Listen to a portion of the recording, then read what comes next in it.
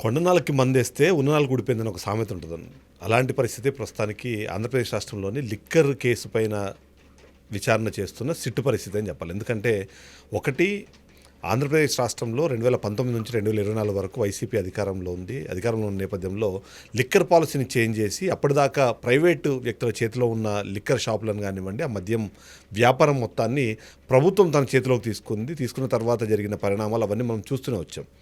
నిజంగా చెప్పాలంటే ఇవాళ వైసీపీ ప్రభుత్వం పోయి వాళ్ళ కూటమి ప్రభుత్వం రావడానికి కీలకమైన కారణాలను ఒక్కొక్క 5 రాసుకుంటే అందులో మద్యం పాలసీ మార్పుకు సంబంధించిన విషయం కంపల్సరీ ఉంటుంది.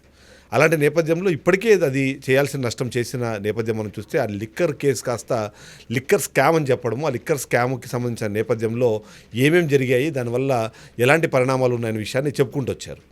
అందులో భాగంగా ప్రతి ఒక్కరూ అడిగే ప్రశ్న, నిజంగానే లిక్కర్ స్కామ్ అంటూ జరిగితే ఆ స్కామ్లో సంపాదించిన డబ్బులు ఎక్కడివి అని. దీనికి సంబంధించి కొన్ని మాటలు, అందులో ముఖ్యంగా ఈ ఎన్నికలకు సంబంధించి 2024 ఎన్నికల సమయంలో వైఎస్ఆర్సీపీ దాదాపుగా 3,500 కోట్ల రూపాయలను ఓటర్లకు పంచిపెట్టింది, దాన్ని ఖర్చు పెట్టింది అనే ఒక మాట చెప్పే ప్రయత్నం చేశారు. సో నేను చెప్పిన కొండనాలకు మందేయడం అంటే ఇదనమాట. ఇప్పుడు స్కామ్కి సంబంధించిన డబ్బులు ఎక్కడున్నాయి అన్న డిస్కషన్ జరిగితే ఫస్ట్ లిక్కర్ స్కామ్కి సంబంధించి దాదాపుగా 35,000 నుంచి 40,000 కోట్ల రూపాయలకు సంబంధించిన స్కామ్ జరిగిందన్నారు. ఆ తర్వాత అది 3,200 నుంచి 3,500 కోట్ల స్కామ్గా తేల్చారు. దాంట్లో కేవలం 65 కోట్లకు సంబంధించిన డబ్బులు మాత్రమే, దానికి సంబంధించిన ట్రాన్సాక్షన్ సంబంధించిన ట్రేసెస్ని మాత్రమే పట్టుకోగలిగారు. అందులోనూ వాళ్ళు చెప్పినవి కొద్దిగా బంగారు కడ్డీలుగా మార్చి దాన్ని తీసుకెళ్లారని, తర్వాత మనీ లాండరింగ్ ద్వారా ఇక్కడ నుంచి దుబాయ్కి లేకపోతే టాంజానియా లాంటి దేశాలకి ఆ డబ్బుల్ని తరలించారని వాళ్ళు ఏవో చెప్తూ వచ్చారు. కానీ ఫైనల్గా వాళ్ళు చెప్పిన కీలకమైన అంశం 3,500 కోట్ల రూపాయలు ఇక్కడ ప్రభుత్వం ఏదైతే ఉందో అప్పుడు ఎన్నికల సమయంలో ఖర్చు పెట్టారు అని. సో ఇక్కడ వినిపించే ప్రశ్న ఏంటంటే, ఆ రోజు ఎన్నికల కమిషనర్గా ఉన్న ముఖేష్ కుమార్ మీనా 3,500 కోట్ల రూపాయల డబ్బులు చేతులు మారుతుంటే ఆ డబ్బులు అంత విరివిగా 175 నియోజకవర్గాలకు గాను 3,500 కోట్ల రూపాయలు వాళ్ళు ట్రాన్సాక్షన్స్ చేశారు అంటే ఆన్ యావరేజ్ 20 కోట్ల రూపాయలు ప్రతి నియోజకవర్గానికి వెళ్ళినట్టుగా ఒప్పుకోవాల్సిన పరిస్థితి ఏర్పడుతుంది. సో 20 కోట్ల రూపాయలు ఒక ప్రాంతం నుంచి మరో ప్రాంతానికి తరలి వెళ్తున్నప్పుడు కానివ్వండి, వాటిని పంచి పెడుతున్నప్పుడు కానివ్వండి, అప్పుడున్న ఎలక్షన్ కమిషన్ ఏం చేసింది? ఎలక్షన్ కమిషన్ అప్పుడు నిద్రపోతోందా? ఎలక్షన్ కమిషన్ దాన్ని నివారించడానికి ఎందుకు ప్రయత్నం చేయలేదన్న ప్రశ్న కూడా ఇప్పుడు ఉత్పన్నమవుతుంది. సో ముఖేష్ కుమార్ మీనా మీద ఆల్రెడీ ఉన్న ఆరోపణ, అది పూర్తి స్థాయిలో కూటమి ప్రభుత్వం రావడానికి ఈవీఎంలకు సంబంధించిన ట్యాంపరింగ్లో ముఖేష్ కుమార్ మీనా సపోర్ట్ చేశారని, ఆ రోజున్న పరిస్థితుల్లో ఏదైతే ఈవీఎంలకు సంబంధించి కానివ్వండి, ఆ తర్వాత వీవీప్యాట్లకు సంబంధించిన డేటా డెస్ట్రాయ్మెంట్లో ఆయన పనిచేశారు అన్నది వైసీపీ ఆరోపణలు చేస్తూ వస్తుంది. ఆ తర్వాత ఈ మధ్యకాలంలో జరిగిన పరిణామాల నేపథ్యంలో కూడా అందరూ పాయింట్అవుట్ చేసింది ముఖేష్ కుమార్ మీనాకు సంబంధించిన వ్యవహార శైలిని. అలాంటప్పుడు ఓవైపు ఏమో ఈవీఎం ట్యాంపరింగ్ మీద ఒకవైపు ఆయన ఆరోపణలు వింటూ, మరోవైపు నియోజకవర్గానికి దాదాపుగా అప్పుడు అధికారంలో ఉన్న అధికార పార్టీ, బట్ ఎలాగైనా మనందరికీ తెలుసు ఎలక్షన్లు ఒకసారి వచ్చిన తర్వాత పూర్తి స్థాయిలో దాన్ని కంట్రోలు మొత్తము ఎలక్షన్ కమిషన్ చేతిలోకి వెళ్తుంది.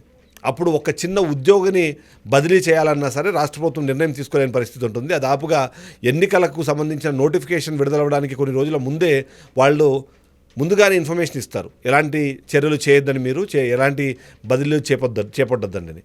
అలాంటప్పుడు ముఖేష్ కుమార్ మీనా ఆ రోజు ఎలక్షన్ కమిషనర్గా ఉన్న నేపథ్యంలో 3,500 కోట్ల రూపాయలకు సంబంధించిన ట్రాన్సాక్షన్స్ జరుగుతుంటే అప్పుడు తన అండర్లో ఉన్న ఈ అధికార యంత్రాంగం కానివ్వండి, పోలీస్ యంత్రాంగం కానివ్వండి, రెవెన్యూ యంత్రాంగం కానివ్వండి, అసలు ఏం చేసింది?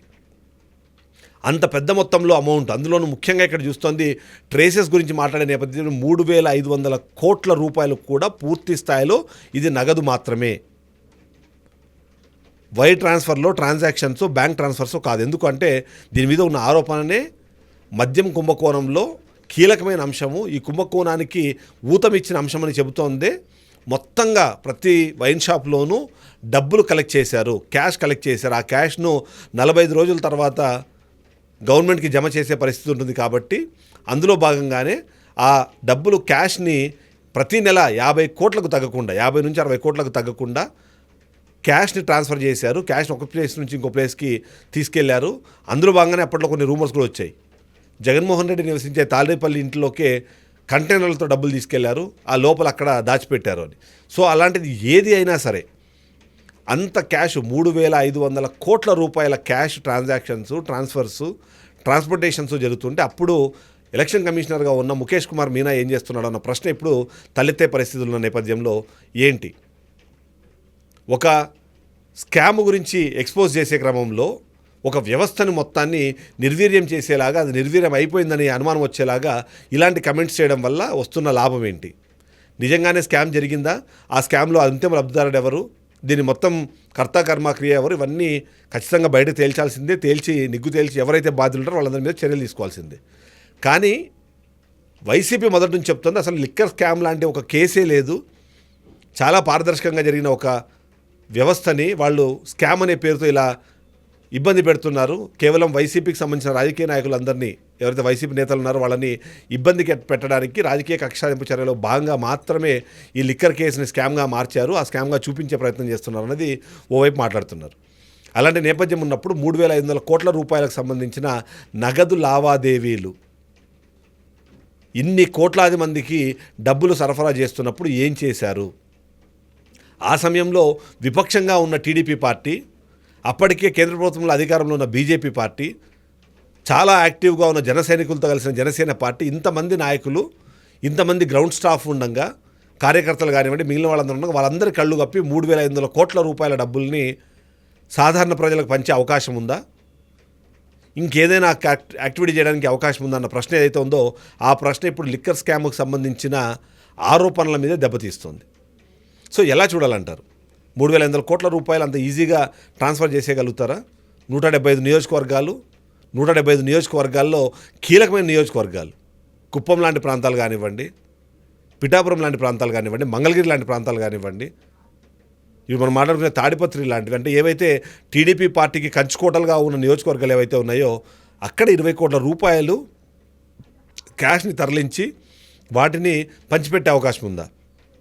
మనం కూడా చూసాం, నెల్లూరులో దాపుగా 8,30,00,000 రూపాయలు దొరికితే ఒకసారి దానికి సంబంధించి అది ఒక వ్యక్తికి సంబంధించిందని మాట్లాడడము, ఆ తర్వాత లేదు అది మా రియల్ ఎస్టేట్ కంపెనీకి, మా కన్స్ట్రక్షన్ కంపెనీకి సంబంధించిన అమౌంట్ అని చెప్పి ఒకరోజు క్లెయిమ్ చేయడము, దాని తర్వాత విచారణ ఏం జరిగింది, దాని తర్వాత దాని ఫైండింగ్స్ ఏంటన్నది ఎవరికి తెలియదు. కానీ 3,500 కోట్ల రూపాయలు అంత ఈజీగా రాష్ట్రం నలువైపులకి అంత ఈజీగా వెళ్తుంటే ఆ వ్యవస్థ మొత్తం, అప్పుడు పనిచేసిన వ్యవస్థ మొత్తం ఏం చేసినట్టు ఇప్పుడు సమాధానం చెప్పాల్సిన బాధ్యత ఖచ్చితంగా సిట్టుకుంటుంది. ఎన్నికల్లో ఉపయోగించారు అని చెప్పే నేపథ్యంలో ఒకవేళ నిజంగానే మెటీరియల్ ప్రింటింగ్కో లేకపోతే దానికి సంబంధించిన ఏదైతే ఎలక్షన్ మెటీరియల్ ఉందో దాని ప్రింటింగ్ ఏదైనా వాడంటే వాళ్ళకి క్యాష్ ఇచ్చారా? అలా అయితే వైసీపీ పార్టీగా కానివ్వండి, వైసీపీలో ఉన్న నాయకులు కానివ్వండి, అఫీషియల్గా చూపించిన లెక్కలు అవన్నీ ఎలా ట్రాన్స్ఫర్స్ అయ్యాయి? వాటికి సంబంధించిన చేజింగ్లో ఈ క్యాష్ ఏమైనా బయటపడుతుందా? ఇవన్నీ కూడా లెక్కలు చూడాల్సిన అవసరం ఉంది. అంతేకాదు మరొక కీలకమైన అంశము, ఇప్పటికే కొద్దిమంది పార్టీలు మారి వైసీపీ గతంలో అధికారంలో ఉన్నప్పుడు ఆ పార్టీతో ఉన్న కొద్దిమంది ఎమ్మెల్యేలు పార్టీ ఓడిపోయిన తర్వాత ఇప్పుడు అందరూ కలిసి మళ్ళీ ఇప్పుడు కొద్దిమంది జనసేనలోకి, కొద్దిమంది టీడీపీలోకి, కొద్దిమంది బీజేపీలోకి వెళ్ళిన నేపథ్యం మనం చూస్తున్నాం. సో 20 కోట్ల రూపాయలు ఒకవేళ వాళ్లకు ట్రాన్స్ఫర్ అయ్యి క్యాష్గా వెళ్ళుంటే, క్యాష్ రూపకంగా వెళ్ళుంటే దానికి సంబంధించిన సమాచారం వాళ్ళకి తెలిసి ఉంటుంది. మరి ఆ సమాచారాన్ని పట్టుకోరైనా 3,500 కోట్ల రూపాయల నగదు లావాదేవీలు ఎలా జరిగాయన్న దానికి సంబంధించిన ట్రేసెస్ని ఫైండ్ అవుట్ చేయాలి కదా. అలా జరగకుండా కేవలము అభూత కల్పనలు లేకపోతే అపోహలతోనే ఈ కేసును నడిపిస్తున్నారన్న వైసీపీ వాళ్ళ వాదనలకు బలం చేకూరేలాగా ఈ 3,500 కోట్ల రూపాయలు కేవలం ఎన్నికల్లో ఖర్చుగా చూపించేసి పక్కకు తప్పుకునే ప్రయత్నం ఇవాళ సిట్ చేస్తోందన్న ప్రశ్న ప్రతి ఒక్కరికి వినిపిస్తోంది. ఇంకొక ఇంట్రెస్టింగ్ అంశం ఏంటంటే, ఈ మొత్తం ఏదైతే మనము ఈ విషయాల్లో సెంటర్ పాయింట్గా మాట్లాడుకుంటున్న ముఖేష్ కుమార్ మీనా ఇప్పుడు ఎక్కడున్నారు? ఇవాళ ఆయన ఆంధ్రప్రదేశ్ స్టేట్ బెవరేజెస్ లిమిటెడ్కి ఆయన ఉన్నారు. ఆయన ఇప్పుడు దానికి హెడ్. అంటే గతంలో ఏ బెవరేజెస్ లిమిటెడ్ దగ్గర నుంచి 3,500 కోట్ల రూపాయల అడ్వాంటేజ్ని లేకపోతే అంత ముడుపుల్ని వైసీపీ పార్టీ తీసుకుంది, వైసీపీ సంబంధించిన నాయకులు తీసుకున్నారని ఆరోపణలు వినిపిస్తున్నాయి. అదే బెవరేజ్ కార్పొరేషన్కి ఇవాళ ముఖేష్ కుమార్ మీనా ఉన్నారు. అదే వ్యక్తిగతంలో అదే ముఖేష్ కుమార్ మీనా అప్పుడు ఎలక్షన్ కమిషనర్గా ఉన్నారు. అంటే ఇదంతా కనెక్టెడ్ ఎక్కడికి వస్తుంది? ఆ కనెక్షన్ ఎక్కడ ఉంది? ఇప్పుడు అందరూ మాట్లాడుతున్నట్టుగా నిజంగానే డిస్టిలరీస్ని బెదిరించి వాళ్ళు డబ్బులు కలెక్ట్ చేస్తుంటే మమ్మల్ని బెదిరించారని చెప్పి ఒక్కరు కూడా బయటకు వచ్చి ఇప్పటిదాకా కంప్లైంట్ చేయలేదు. అలాంటప్పుడు ఎలా ఈ 3,500 కోట్ల రూపాయలకు సంబంధించిన లెక్కను సిట్ ఎలా తెలుస్తుంది? ఆ 3,500 కోట్ల రూపాయల లెక్కను తేల్చడానికి సిట్టు ఇప్పుడు చెబుతున్న విషయం అబద్ధమని చెప్తుందా, నిజమని చెప్తుందా? నిజమని చెబితే అప్పుడు ఎలక్షన్ కమిషనర్గా ఉన్న ముఖేష్ కుమార్ మీనా పైన, అదే వ్యక్తి ఇప్పుడు బెవరేజ్ కార్పొరేషన్ లిమిటెడ్కి చైర్మన్గా ఉన్న ముఖేష్ కుమార్ మీనా పైననే మొదటగా చర్యలు తీసుకోవాల్సిన అవసరం ఉంటుంది. అలా కాదు 3,500 కోట్ల రూపాయలకు సంబంధించిన ట్రేసెస్ లేవు అంటే ఎవరెవరినైతే మీరు ఇప్పుడు నిందితులుగా చెప్తున్నారో వాళ్ళందరినీ నిర్దోషులుగా వదిలేయాల్సి ఉంటుంది. ఛార్జ్షీట్లో ఏం పెట్టారు మీరు, విచారణలో ఏం బయటపడుతుంది, వాద ప్రతివాదాల తర్వాత ఏం జరుగుతుంది అనే దానికి సమాధానం వెతకాలంటే మొదటగా వచ్చే ప్రశ్న, మొదటగా వినాలనుకునే సమాధానం కూడా పూర్తి స్థాయిలో ఈ 3,500 కోట్ల రూపాయలే. ఎలా? ఇప్పుడు దానికి సిట్ ఏం సమాధానం చెప్తుంది? 65 కోట్ల రూపాయలకు సంబంధించిన వివరాలు కానివ్వండి, దానికి సంబంధించిన దాని మీద కూడా ఎక్కడికక్కడ డిస్క్రిపెన్సీస్ కనిపిస్తున్న నేపథ్యంలో వైసీపీ మాట్లాడుతున్నట్టుగా, వైసీపీ చెబుతున్నట్టుగా ఇది కేవలం అభూత కల్పనలతో నడిపిస్తున్న కేసా, లేకపోతే నిజంగానే ఇందులో అన్ని వేల కోట్ల రూపాయలకు సంబంధించిన ట్రాన్సాక్షన్స్, అన్ని వందల కోట్ల రూపాయలకు సంబంధించిన అవినీతి దీంట్లో ఉండే అవకాశం ఉందన్నదే ఇవాళ ప్రతి ఒక్కరి మధ్యలోనూ వెళ్తున్న ప్రశ్న. దానికి సమాధానం చెప్పాల్సిన బాధ్యత కూడా పూర్తి స్థాయిలో స్పెషల్ ఇన్వెస్టిగేషన్ టీమ్గా భావిస్తున్న ఈ సిట్కే ఉంటుంది. Thank you.